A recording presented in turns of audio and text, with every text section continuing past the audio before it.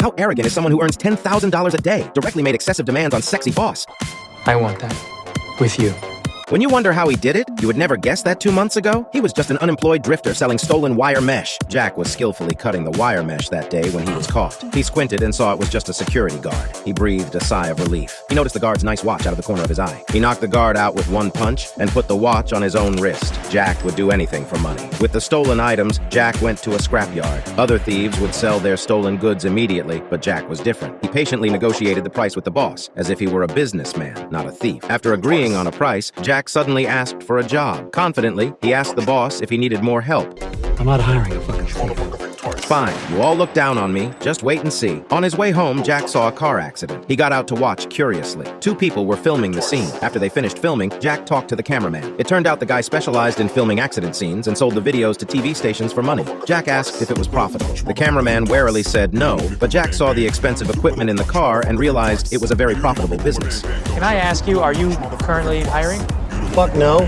Jack nodded. He was used to rejection. The next morning, he turned on the TV. The car accident was the top news. Jack made a firm decision. He went to the seaside first. A cyclist parked his bike by the road. Jack thought it was abandoned, so he took it to a second-hand store. He traded it for a camera and a police scanner. But as a rookie, he was always late. He couldn't get any footage and was chased away by the police. Walk away or get arrested for obstruction. Finally, he caught a gun robbery case. When he got there, other cameramen were already filming. Jack ignored the police and started filming the victim's face. This way, Jack captured a bloody exclusive video. He took the footage to a TV station. Nina, the editor, was thrilled. Though the video quality was poor, it was bloody and shocking, sure to boost ratings. With that video, Jack earned his first income. Nina told him what kind of videos were valuable. To increase ratings, the videos had to grab people's attention. Bloody crime videos had the biggest market. Nina's words were very helpful, and Jack decided on his filming style. To improve efficiency, Jack hired a guy named Asa. One night, there was a fire, but Asa, the rookie, gave the wrong directions. By the time they arrived, the ambulances were gone. Jack was ridiculed by the other cameraman. Your lifetime too late.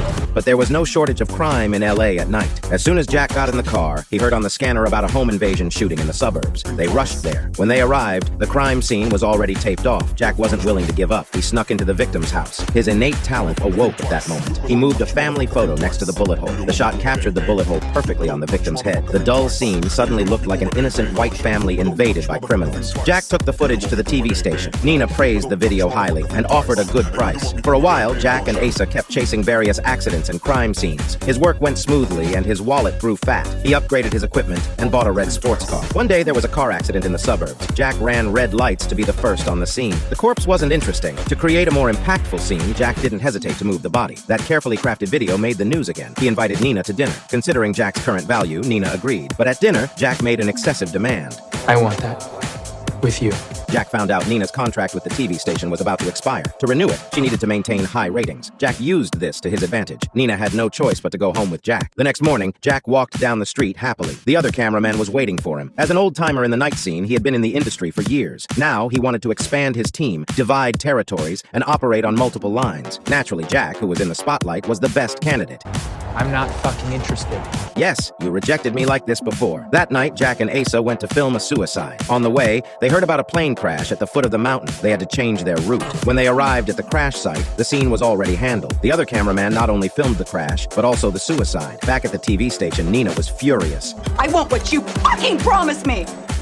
Jack was nearly driven mad by anger and frustration. That night, Jack went out as usual, but Asa noticed something was wrong. More newsworthy park rape case, but Jack ignored it and insisted on filming a car accident. When they arrived, Asa was stunned. The car accident involved the rival cameraman's team. Jack calmly walked up, filming the rival's face up close. The rival glared at him. Jack remained expressionless, staring as if looking at a corpse. The accident wasn't caused by a truck losing control, but by Jack tampering with the rival's car. He eliminated his competitor with a dirty trick. Now all of LA's crime news was his. After leaving the accident scene, they heard about a home invasion in a wealthy area. Jack rushed over. He ran in with his camera. Suddenly, 2 gunshots rang out. The robbery wasn't over. Jack hid in the bushes, filming the robbers and their car's license plate. After the robbers left, Jack filmed the mansion, the guns at the door, the body on the sofa, the blood on the stairs. To add suspense and intrigue, league. He even went to the nursery. After finishing, he quickly left. He didn't rush to the TV station with the footage. On the way, he edited out the robbers' faces and license plate. He then handed the edited footage to Nina. Seeing the bloody and shocking video, Nina was overjoyed. Though it involved trespassing and privacy invasion,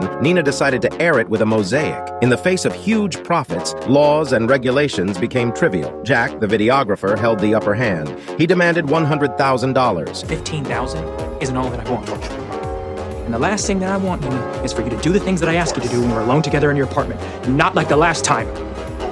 The strong-willed Nina had to comply. The news broadcast started on time. Nina titled the case Terror House, setting the tone for the report. The host emphasized the upscale community and the brutal at-large criminals, constantly stressing the escalating danger. This intense fear drove viewers to follow the story, maximizing commercial benefits. The next morning, the police found Jack. But Jack was well prepared. He answered their questions smoothly. When asked if he had filmed the robbers, he denied it. From the moment he filmed the robbers, Jack had a cruel plan. Simply filming wasn't enough. He wanted to direct, to create real, shocking, exclusive news. He tracked the robbers by their license plate and went to their address with Asa. This time, he'd get more valuable footage and the $50,000 police reward. Hearing Jack's plan, Asa was shocked. He demanded half the reward, or he'd tell the police Jack knew but didn't report. At that point, Jack had to agree. They followed the robbers to a restaurant. The bright lights and open view made it a perfect filming spot. Asa warned they had guns and there were innocent people inside. Jack said such footage was more explosive. He called the police. Soon, the police arrived. Jack started filming. To him, the police, robbers, and civilians were just materials for trade. One robber drew a gun and was shot dead. The other was seriously injured and drove away. Jack calmly followed in his car. Though the restaurant scene was interesting, he didn't want to miss a police chase. The robber drove crazily, the police chased, and Jack and Asa filmed it all. The police car was rammed and sparked, 划出一条长长的火花。 and the robber crashed into a streetlight. Jack got out and carefully approached. Seeing the robber dead, he called Asa to film a close-up. Surprise, motherfucker!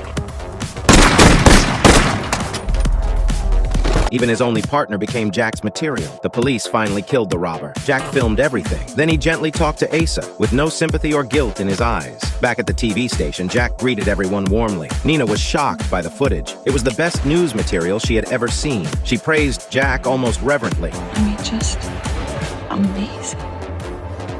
Jack had completely won her over. Just before airing the explosive news, the staff received new information. The police found drugs in the villa, indicating it wasn't a home invasion, but a drug dealer's infighting. There was no need for the public to worry, but Nina suppressed the news. To her, the truth wasn't important. What mattered was attracting viewers. The next day, the police found Jack again. They suspected he orchestrated the bloody incident, but without Asa, they had no evidence. Jack left the police station, smirking in his mouth. No one looked down on him anymore.